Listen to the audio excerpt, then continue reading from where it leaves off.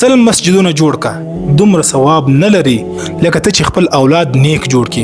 خپل اولاد نیک جوړول دا دومره غټه ده چې کله ته مړ سي ته کله وفات سي ستا د مرګ بعد ستا اولاد ستا قبر ته ودرېږي او دا دعا وکي رب ارحمهما کما ربیانی صغیرا. پروردګاره د باندې داسې رحم وکي لکه څنګه چې د پر ما باندې رحم کړی په ماشومتوب کې.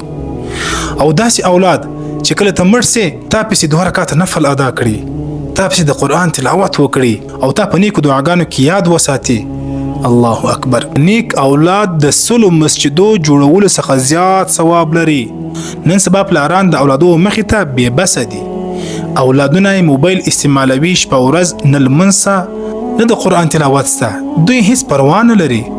نو خپل اولادونو نیک جوړولو لپاره د ماشومتوب څخه نیک تربیت ورکول د ګناو څخه راګرځول چې کله ته د ماشومتوب څخه د خپل اولاد داسې تربیه وکړې هغه بیا تر مرګه پورې داسې نیک وي ان شاء الله العزیز.